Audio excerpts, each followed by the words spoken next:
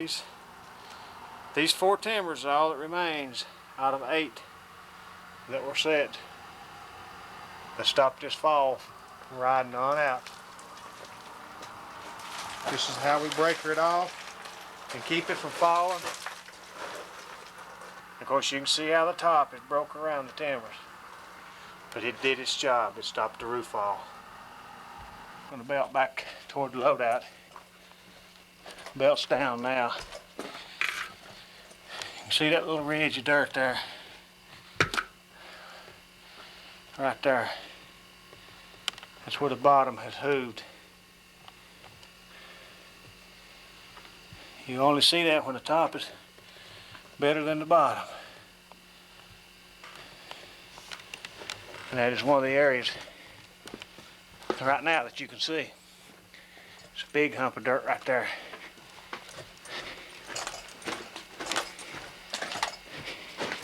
As you can tell, we're walking the belt line. It's got coal spilt on the bottom belt.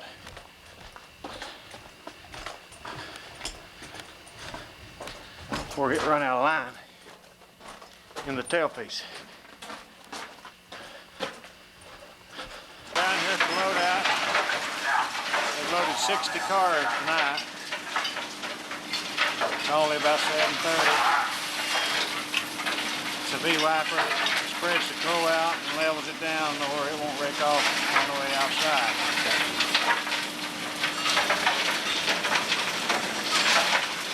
There's the belt going up. Back of the coal engine.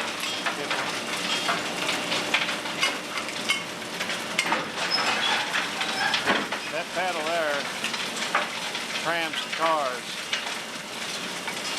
automatically. You don't have to have anybody push the car.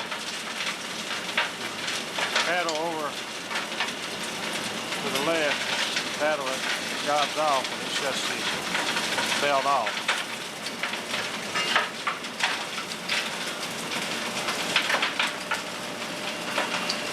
Bruce Moore, second generation miner that worked here. His dad used to work here. I worked with his dad in the middle 80s.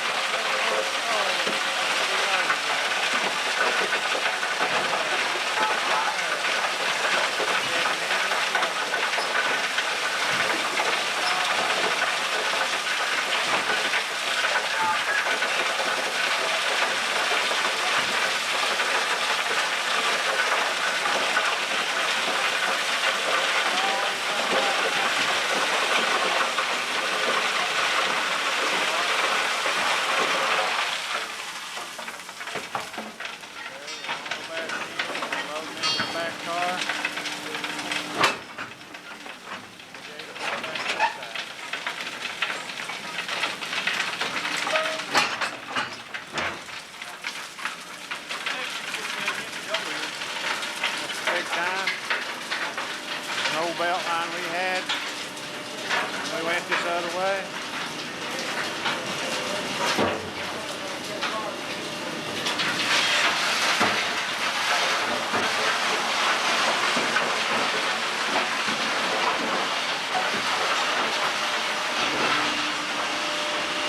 This is what controls all of that up there. The dipple gate goes back to the front of the car when that one flips in the center. When that lever back there falls behind that car there, then it throws the gate to the back car. And then when this one falls in here, it throws it back to the front of the car.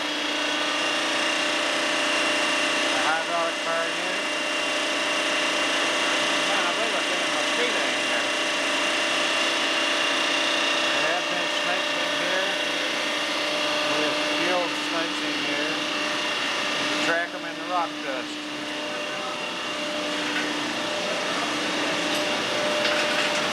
That's the catwalk.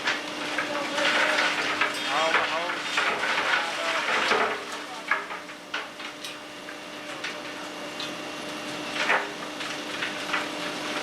Cruising big time.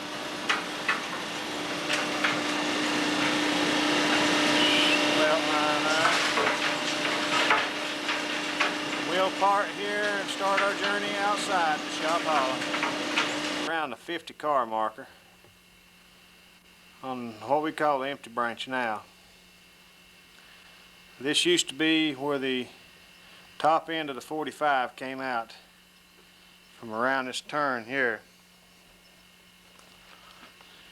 We have a stopping over there, which is a Jack Kennedy metal stopping. This is where the last man that got killed on a locomotive got killed, Jared Eastern, at this mine. His name was John Richardson. He was pulling a trip of empties out to take on up the main line to the section, and he fell off the front of the motor and the motor run up on him. I was section bossing on 14 section at the time. That's where he pulled the empties from and the loads. Alright, we're leaving the lower end of the 45 going to Shop Hollow. This track was put in when we come back to work from a strike. We worked in this area. This area had been previously mined. Right here we're getting ready to come up to where this crib is on the left. We're going underneath that rock parting, that coal. We didn't take this when we cut this through here. We just recently come back to work after the shutdown for the strike. We put this in here.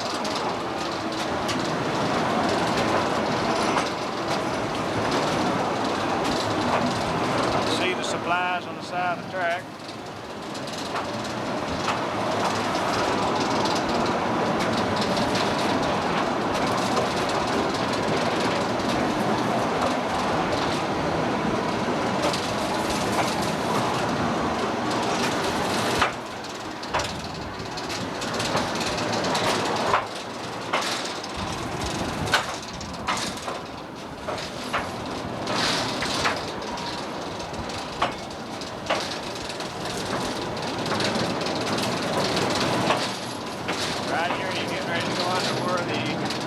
Belt used to be years ago. This is what we call switch to a right, goes up to the loadout the old way. As you can see, we have a lot of concrete cribs. This area is high.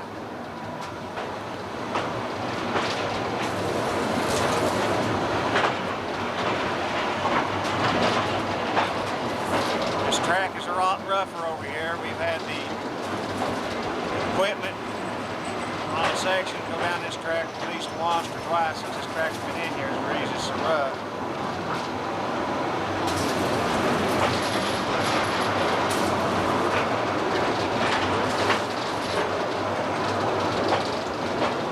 Somebody hung a rag up there. The rag is to show that there's a broke rail there. Somebody's too sorry to fix it. I don't know who that is. When we get down to right here, ease it on down a little bit, Doc. See what kind of weight and pressure. Okay, hold it right here. You can see what kind of weight and pressure is on these beams. They're bent real bad under the load. You can see right there, if I can draw it in,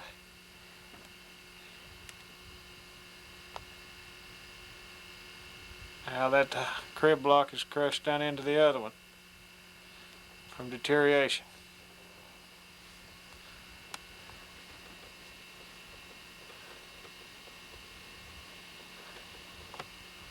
Okay, Don. The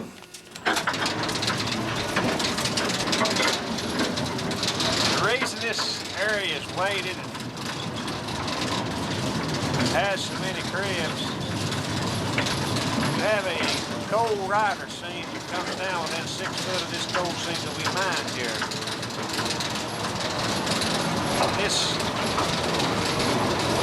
material in this 6 foot area is like soapstone, real soft. And in this area, it falls without any extra support in it.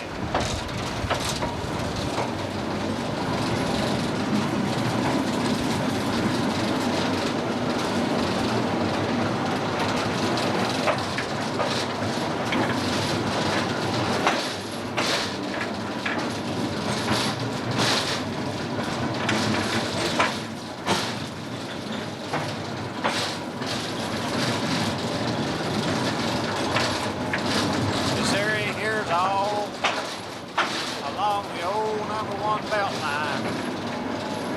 We had the belt and track was separated.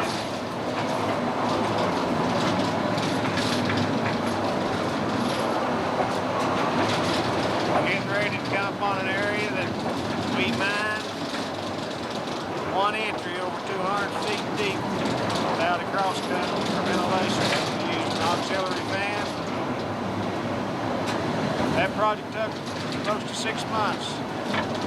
Hard work to get through there. But we had to have it through. Put the load out down here and eliminate 2 miles of track back in the early 80s. Getting ready to come into that area now. Be able to see steel beams. There they are. Swayed area here.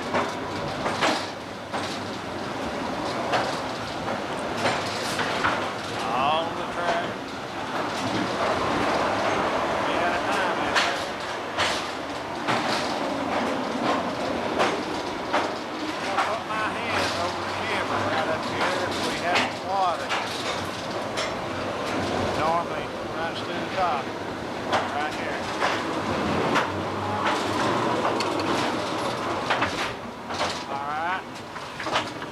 Coming on around, right on around. We've got this area here, real bad area. This ain't gonna stand up much longer. Beams is bent there too. All right, we're coming up to what used to be the old #2 belt. Okay. Here, we're going to go over where the old bell head used to sit. You can see some fluffing of the coal, rock dust off the top there. I'm a staggering around like a drunk man, stumbling. This area here fell in. This area has been worked on 2 or 3 times. See the weight of the timber broke underneath the 6-inch steel H-beam. This H-beams is all bent. This area has already fell in here. It was center cribbed with steel beams under it. You can see how the weight, and this is a fault area through here.